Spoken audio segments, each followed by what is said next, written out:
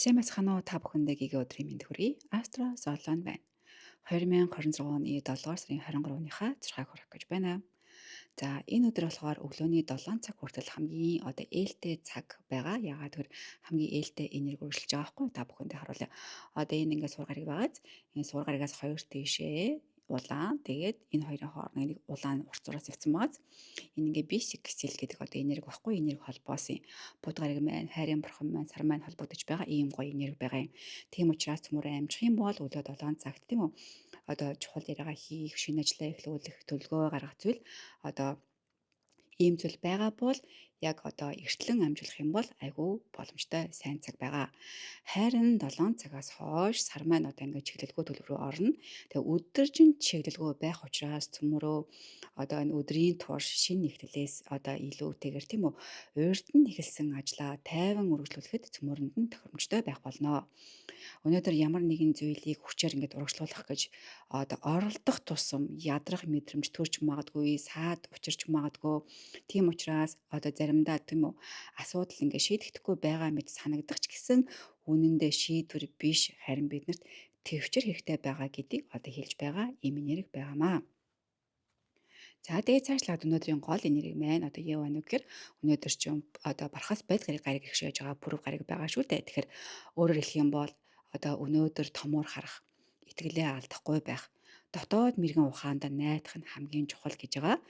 Гэхдээ сар маань ингээ хилэнцэн орд байгаа та бүх маань харж байгаа. Бид танаар харуулъя. Энэ ингээ сар маань байгаа байхгүй юу? Хилэнцэн ордод. Би цагаа ингээ жоохон гүлгчэнгүүт сар маань ингээ чиглэлгүй болж байгаа нь та бүхэнд ингээ харагдаж байгаа гэсэн тийм бааз. Энэ ингээд ямар ч аспект үүсэхгүй болчихж байгаа байхгүй юу? За тэгээд аспект үүсэхгүй болохоос өмнө яаж нөхөд бууд гаригтайгаа холбоотой хэвээр байгаа юм. Тийм учраас бид нарт өнгөрсөн шарах, хуучин гомдол, эргэлзээ гинт сэргэж болно. Тэгээ хэдийгээр сэргэлээж гэсэн энэ бүхэн бодит байдал биш тухайн мөчийн сэтгэл хөдлөлийн давалгаа байх магадлалтай гэдгийг цөмөр анзаарч амьдрах хэрэгтэй шүү манайхаа. Тухайн сэтгэл хөдлөлөөсөө болоод бити буруу шийдвэр гаргаарай л гэж хэлэх гээд байгаамаа. За тэгээд харилцаанд харин өдөржингөө би та нартаас энд харуулъя. Энийг салгаад сарны энерги маань ингээд салчихна. Тийм гууд ч би та нарт юу оруулах чинь гэхээр энд ингээд бод гариг маань яаж нөхөр гоё ингээд сиксэл үсгэж байгаа. Энэ суур гаригтай байгаа байхгүй юу? Энд чинь юу гэж өгнө гэхээр охины ордод байгаа суур гариг маань бууд гаригтайгаа хоорондоо энерги холбоостой байгаа гэсэн. За тэгээд энэ энерги холбоос нөлөөлж байгаа учраас цөмөрингийн хин нэгэнтэй буруу ойлголцсон зүйлээ тайван ярилцах хуучин холбоогоо эв зүгээр сэргээх эсвэл бүр цөмөрөө уучлалт хүсэх эсвэл бүр ингээд уучлахад ийм ээлтэй байгаа. За хэдийгээр цөмөрөө ингээд учир зүгөө олъё барийг гэлээч гэсэн юуг анхаарах вэ гэхээр тухайн ингээд хүмүүстэй бид нэр харилцаад ингээд чи тэгсэн би ингэсэн ингээд ярьдаг штэ. Тэгэхээр хэдийгээр цөмөрөө ингээд яриаслаа нээгээд эвлэрээ гэж бодож байгаа ч гэсэн нэг зүйлийг анхаарах хэрэгтэй юу вэ гэхээр үннийг бити ил гаргаж ирж заавал яриарай бити яараарай. Яагаад гэвэл үннийг ингээ хэлцдэг. Гэтэл үннийг хэлэх цаг нь болоогүй байгаа юм биш үү гэдгийг бас өөртөө дүгнэлт хийгэрээ манайхаа. Яагаад гэхээр заримдаа ингээд хаалгууд чи ингээд үнэн хэлж хүчээр нэгддэггүй шүү дээ. Зарим хаалгууд чи ингээд цаг нь болохоор аажмаар үннийг хэлээгүй байгаа ч гэсэн цаг нь болохоор өөрөө аажмаар нэгдээд бүх зүйл сайхан болдог тийм ээ. За тэгээд цаашлаад өнөөдөр цөмөр юу хийх вэ гэвэл өмнө нь эхэлсэн ажлуудаа дуусгая. Том шийдвэр гаргахын оронд ажиглая, мэдээлэлээ цуглуулъя, өөрийнхөө дотоод тайван байдлаа хадгалах, амьсгалын дасгал хийх, бясалгал бүр эсвэл байгальтай ойр байхад цаг гаргуул их тэмтэй байх болно. За тэгээд хамгийн чухал зүйл нь цөмөрөө энэ өдөр хүлээлттэй бага зэрэг сулруулах юм бол биднэрт илүү их сэтгэл маань хөнгөн байж амьдрах боломжтой ийм өдөр байх болно. За тэгээд цөмөрөө юунаас болгоомжлох вэ гэхээр ууртай үедээ харилцаа таслах шийдвэр бити гаргаарай. Энд чинь тийм ээ. Бидний харилцааны бурхан гэж ярьдаг байхгүй юу? Нөгөө зурхаад чинь хайрын бурхан, харилцааны бурхан, мөнгөний бурхан гэж ярьдаг штэ. Яг тэрнтэй адилхан гаригуудаа ингээд хаяа бурхан гэж ярьдаг болохоор та нар маань хэрвээ зоолонд бурхан гэж ярих юм бол за нөгөө аль нэг гаригийн дуудаж байна гэж ойлгохыг хичээгээрэй манайхаа. Тэгээд харилцааны бурхан одоо бод гариг маань тийм үү санчир гарагтай одоо санчир гараг чинь маш олон энергийг агуулж яадаг ч бүр хаяа хүртэл чинь өхлийн бурхан хүртэл гэж дуудагддаг байхгүй юу? Карма эзэн тэнгэр гэж дуудагдана. Маш олон энерги агуулдаг учраас ингээд заримдаа юугээд одоо аль талаас нь ч одоо яг юу гэж тайлбарлаж болзошгүй учраас та бүхэн минь бити ингээд өөр өөр юм ярьж ингэж ойлгохороо яг ингээд нэг зүйл дээр маш олон юм илэрхийлэл байдаг учраас бас олон ингээд тухайн үеийнх нь энерги холбоосоор нь холбоод ингээд янз янзаар ярих бүрэн боломжтой байгаа гэдгийг бас та бүхэндээ бас энэ дашрамд хэлье. За тэгээд ууртай үедээ ингээд те таслах шийдвэр бити гаргаараа яагаад гэхээр одоо таслыг илдэж гисэн эн чинь мүд тасрахгүй гэдэг одоо ийм энерги холбоос байгаад байгаа байхгүй энэ санчир гараг маань одоо энэ бод гарагтайгаа тэгээ жоохон таагүй энерги холбоос байгаа учраас одоо үр дагавар нь таагүй шүү гэдгийг хэлж байгаамаа.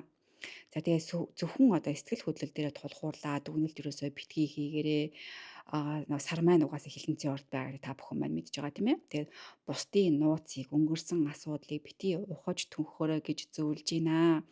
Тэгээ өнөөдөр заавал шийдэх ёстой гэж өөрийгөө битгий шахаарай, бусдыг битгий дарамтлаарай. Энд чинь нөгөө цөмөрнгийн яриад л байдаг одоо тий Арслангийн орд байгаа Бархас бод гариг маань болон Тэнгэрийн ван Тэнгэрийн бангийн иргэшээлд байдаг хумхын ордод байгаа дэлхийн ван гаригийн маань одоо эсрэгцэлтэй эмнэр холбоос одоо байсаар байгааг та бүхэн маань мэдж байгаа. За тэгээд одоо Арслангийн орд байгаа Бархас бод гариг гэснээс гадна би нөгөө нэг өмнө нь ингээ лайв явуулаад та бүхний он саныг авч ирсэн шүү дээ. Тэгээд лайва дахиж явуулахад завгүй байсан болохоор гэтээ энэ 7 хоног зав гарах учраас одоо өмнө нь авсан байсан та бүхний он саруудаар одоо лайва явуулаад та бүхнийхээ Арслангийн ордод байгаа Бархас бод гарагчин аль гэрт байгаа вэ гэдгийг тайлбарлаад хэлнэ манайхаа. Тэгэд би мартаагүй байгаа гэдгийг бас энэ ташрын та бүхэндээ хэлье.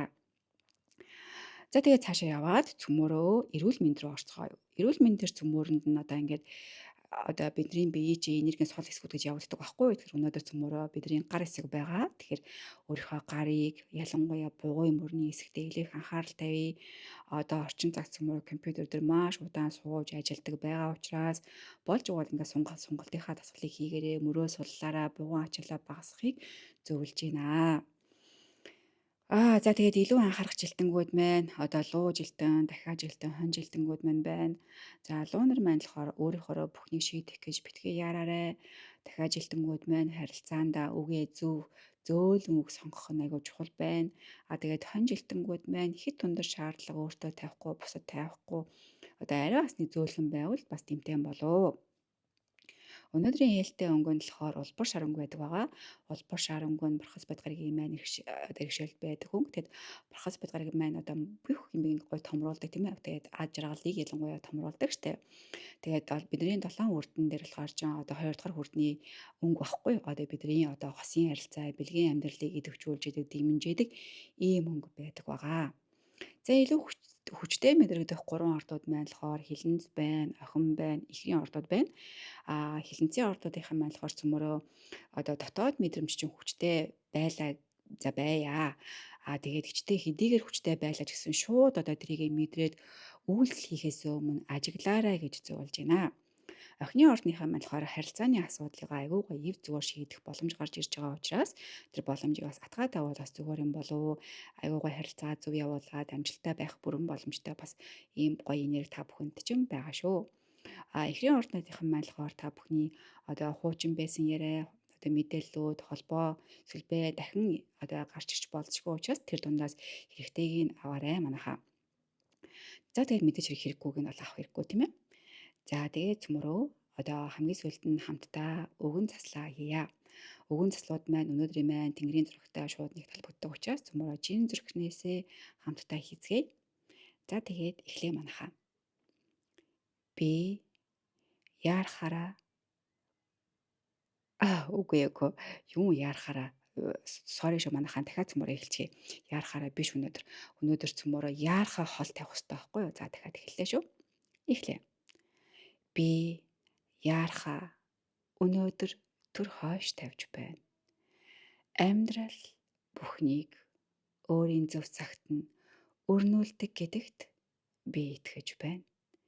Тайван зүрх минь хамгийн зөв шийдвэрийг сонсож чаддаг. Миний зүрх тайван.